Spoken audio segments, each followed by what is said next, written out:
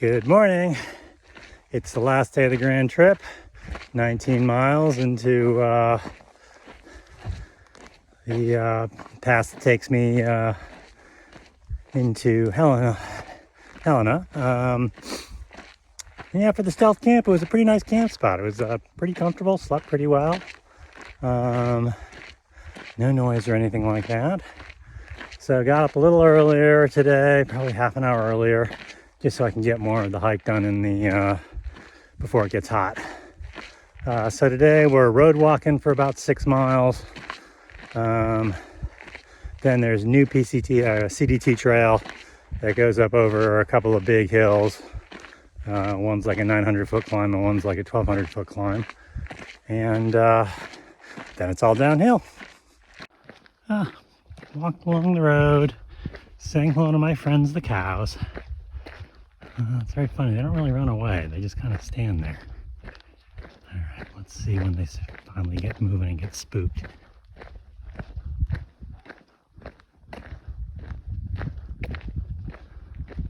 Oh, there they go. Goodbye, my friends. Of course, the ones guarding the gate aren't moving.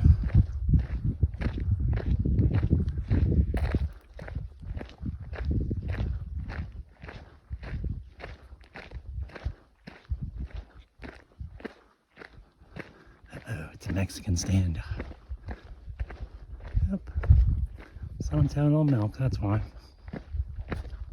Hello. You guys doing okay? Having a good morning? It's okay. So tonight I have reservations at the Economy Inn in Helena. So it's a inexpensive hotel that's near the old downtown. Because most of their hotels are probably by the highway, which would be kind of tough without a car. I do find it ironic that at $80 a night, the hotel is basically less expensive than my dog sitter for the day in San Francisco. But I always like staying in like the quirky local hotels when I'm on these hiking trips. In a lot of places that's all there is because they're small towns. But even in bigger towns like Helena, it's always fun going someplace and seeing sort of a local institution that's less predictable than a chain. The irony being, of course, that when I travel the rest of the time, you always pick the chains because you want predictability. But when things are known in the hiker community, then generally they have the things hiker wants, laundry, someone who's friendly to the fact that you're walking and carrying without a car, and it's always nice to go someplace where it's some local family trying to make a living. So I think that's the mountain we're climbing over as the first big climb of the day.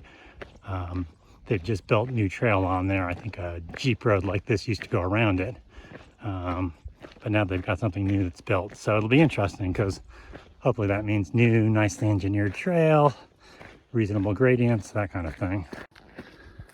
Back on single track, climbing the first big hill of the day. Ooh, that looks like a blowdown. Oh well.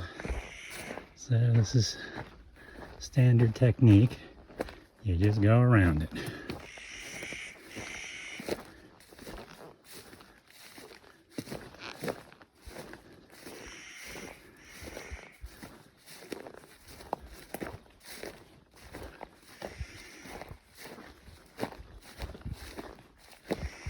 Another blowdown, but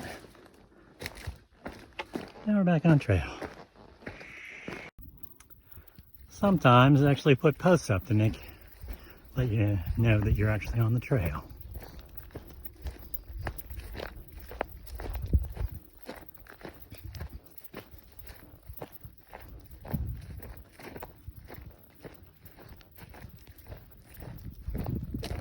Here we are in open country.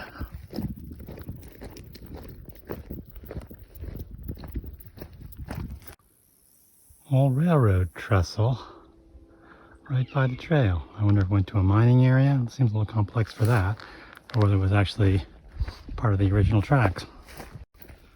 Almost to the top of the last big climb. There are radio aerials up there. Still quiet. Top of the final hill before McDonald Pass. I would say cell phone service around here is probably pretty good. And that's where we're heading, down there. So it's a road walk from here down to the pass on the access road that provides maintenance for the cell towers.